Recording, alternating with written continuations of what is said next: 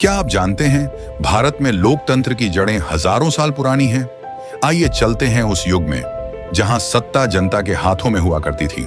गणराज्य अर्थात जनता द्वारा प्रत्यक्ष या परोक्ष पद्धति से चुने गए प्रमुख द्वारा शासित राज्य। गणराज्य प्राचीन राज्य व्यवस्था तथा शासन पद्धति की एक महत्वपूर्ण विशेषता था।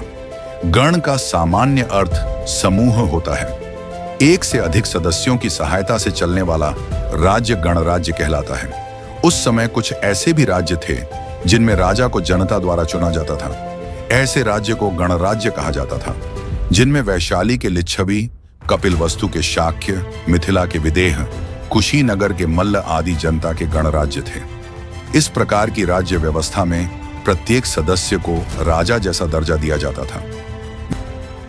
राजसत्ताक महाजन पद अपने आसपास के प्रदेशों पर अधिकार करके अपनी शक्ति बढ़ाने और साम्राज्य स्थापित करने की महत्वाकांक्षा रखते थे। यह देखकर लिच्छवी, वज्जी, ज्ञानटुक, विदेह, शाक्य, मल्ल आदि 8 या 9 जातियों के लोगों ने अपना संरक्षण करने के लिए जो संघराज्य स्थापित किया, उसे वज्ज संघ कहा गया। उस संघराज्य का मुख्य स्थान लिच्छवियों की राजधानी वैशाली थी। इसी कारण उसे वैशाली के वज्ज संघ का गणराज्य कहा जाता था। गणराज्य के राज्य प्रशासन का संचालन सभा द्वारा होता था। इसी कारण इसे गणतंत्र कहा जाता था। गणराज्य में शासन की सारी सत्ता सदस्यों के पास रहती थी। सभा में सदस्य बैठते और सभी कामकाज गणसभा में प्रस्तुत होकर बहुमत या सर्वसम्मति से पारित किए जाते। जहां सभा होती थी उस स्थान को संथागार, नगर भवन कहा जाता था। गणराज्य की सभा में सदस्य के रूप में वृद्ध तथा युवाओं का चुनाव होता था। गणराज्य राज्य प्रशासन के लिए अपना प्रमुख चुनते थे, जिसका चुनाव मतदान द्वारा किया जाता था। गणराज्य में प्रत्येक सदस्य को राजा माना जाता था। गणराज्यों की अपनी एक सभा होती थी, जिसमें प्रशासन, संरक्षण, युद्ध, संधि जैसे कई महत्वपूर्ण प्रश्नों पर चर्चा होती और फिर निर्णय लिया जाता। कोई भी सदस्य निश्चित समय तक ही सदस्यता भोगता था। गणराज्य के प्रमुख को एक कार्यकारी समिति राज्य प्रशासन में सहायता करती थी। जीवन शैली पुरातत्ववेत्ताओं के अनुसार उस समय लोग साधारण घरों में रहते थे। पशुपालन गतिविधियों से जुड़े हुए थे। उस समय गेहूं, चावल, जौ, गन्ना, तिल, सरसों, दालें आदि फसलें होती थीं।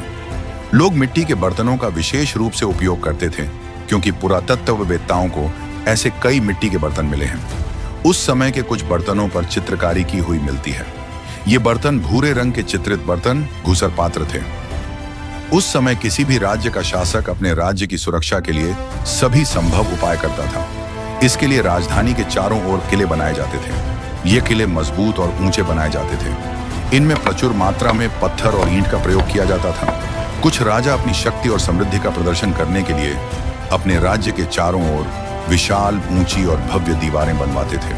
प्रयागराज से मिली ईंट की दीवार लगभग 2500 वर्ष पुरानी मानी जाती है। अर्थात संभवतः उस समय ऐसे ऊंची दीवार वाले किले बनाए जाते होंगे। कर व्यवस्था और सेना।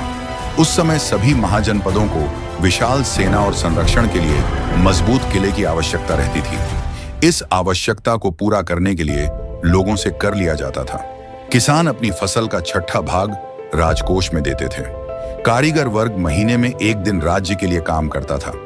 पशुपालक कर के रूप में पशु देते थे।